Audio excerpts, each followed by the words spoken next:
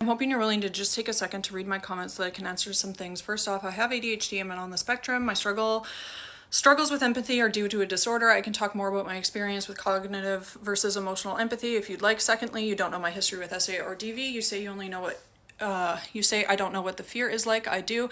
Lastly, in my classroom, I teach all the time about systemic racism, about consent every year. We address the Polytechnique massacre, redlining, Africville, and more. I teach my own children about self-love and how to express empathy towards others.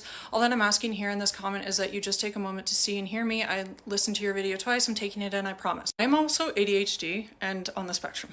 I think that if you are going to the same tactics that Elon Musk used to defend that salute, I think that you have some internal work to do. Just because you've experienced trauma does not mean that you're in trauma informed. Just because you are white and you've deconstructed does not mean that you don't have internal biases towards other people of color. Just because you've deconstructed and you know history does not mean that you express yourself empathetically. I intellectualize emotions too. That's something I've done. And one of the things that I've learned through intellectualizing emotions is that statistics are very important to me. So when red pill people started coming up on the internet and saying things, I started looking into the statistics about it. I started reading books about it, not just about the history. You say that you've learned a lot about empathy, but what you are demonstrating is not empathy. Empathy is being able to understand other people's situations that you yourself haven't been in. And it seems like you only extend empathy to situations that you can cognitively understand. And one of the things that I do want to draw back to when it comes to this whole conversation is you keep saying that we don't want to go back, but a lot of people are still stuck in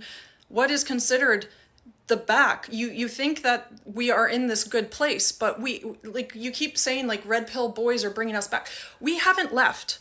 Like, if you know about missing and murdered Indigenous women, the Highway of Tears, if you know about Starlight Tours, you know about the experience of the marginalized community within your own community, being Canada, if you know about the Indian Act, if you know about all of those things, you would very much understand that the things that you're saying never went away for a large portion of the population. And you brought up the left eating the left, but what I would like to say to you is your inability to see past your whiteness and your maleness is going to be of detriment to not only you, but the entire community. Your white fragility, as well as your male fragility, and being really attached to the fact that you're a white male who has experienced victimization, not even marginalization, victimization. You have been the victim, and I'm so sorry that's been your lived experience. That does not compare to the marginalization that people of color experience every single day. And you don't seem to be able to put yourself in the shoes of those people and understand that it goes far beyond what you've experienced in your own life. You as a white man don't get followed around grocery stores for simply being brown. You don't have to deal with birth alerts, going to a hospital and having the hospital staff unwillingly sterilize your body without your consent, without your knowledge. And have you even looked into these topics that are happening in Canada? Child marriage is a problem in Canada. And you're expecting all of these communities to rally behind the men, the very men that are the ones doing these things? And you said they're 18-year-old boys, they can't lead it. I'm sorry, you don't look 18 years old. You look a little bit older to me. Why don't you lead the charge with these white men, with these white boys? And if you understood socialization of boys, you would understand that socialization of boys starts from a young age. I have a 6-year-old son who came to me last year and said, "Mommy, are boys better than girls?" And I said, "What?" And he goes, "Are boys better than girls?" And I'm like, "Where did you hear that?" And his cartoon show was telling him that boys were better than girls. This starts so much younger. And the problem is that you men don't seem to have like a large grasp on what the issue is. And you're asking women because you view them as maternal figures. You view them as the head of household emotionally and expect them to take on the emotional labor of fixing boys and men. The reason that boys and men are the way that they are is because we live in a patriarchy that idolizes and pedestalizes men, which is why you look to women to do the emotional labor for you. And that in itself is misogynistic. And that tells me that you haven't deconstructed misogyny, you haven't deconstructed your internalized racism and biases. And then you're saying that it's the left eating the left, but the reality is that you're part of the left, but you don't even understand a large portion of the left's experience.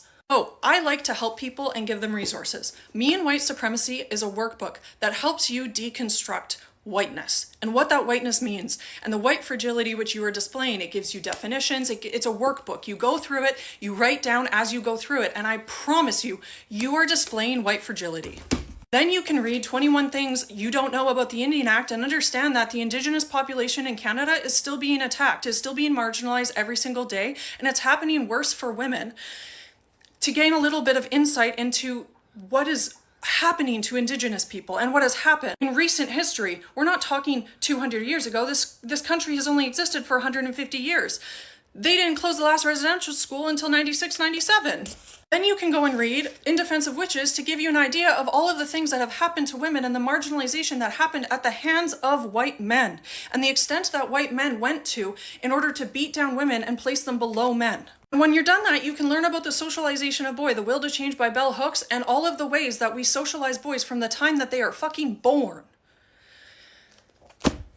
And then if you want extra credit, Indigenous relations, insights and suggestions moving forward with Indigenous populations within Canada. I find it hard to believe that you are a leftist, progressive content creator who talks about things but doesn't seem to display or understand a lot of the things and a lot of the fragility that you are displaying. And when you have multiple people, multiple groups, multiple women, you get defensive, you get argumentative, you start yelling at them on social media, you have them attacked on social media because you disagree with them, instead of taking a moment to say, if I have multitudes of women who I'm talking to and they are telling me that I'm wrong and them explaining the dangers, maybe I need to take a second and I need to self-reflect and not go to other men to do so.